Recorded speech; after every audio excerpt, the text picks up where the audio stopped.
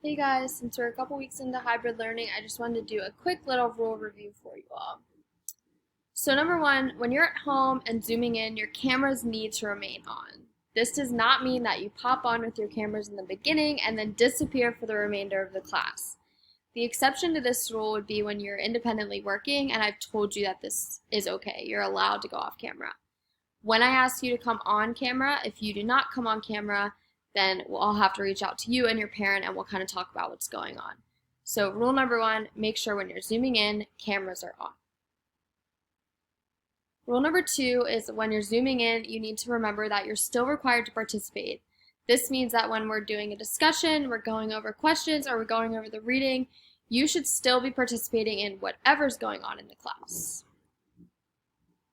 Rule number three is that your masks need to stay on, covering your chin to the bridge of your nose at all times. If you're someone who likes to snack, and that's one of the reasons you're taking your mask off, your snacking should be done during your 15-minute breaks between classes, not in class. Your masks need to stay on. Homework is only accepted for late credit if turned in within 24 hours. This means that if you turn it in after the 24-hour period, you will not receive any credit. Remember that homework turned in late does receive late credit, not full credit. Number 5 is a reminder that larger assignments submitted late will lose 10% off each day. This means if you turn in an essay and you would have gotten an 80, it bumps down to a 70. Please make sure that you're turning in these larger assignments, especially on time.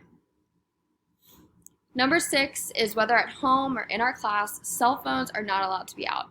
Cell phones should be turned off and put away for the duration of our class. And last but not least, always read directions to ensure you can earn all possible credit. Recently, I've been noticing that people aren't following the directions, which causes them to get less points on their assignments.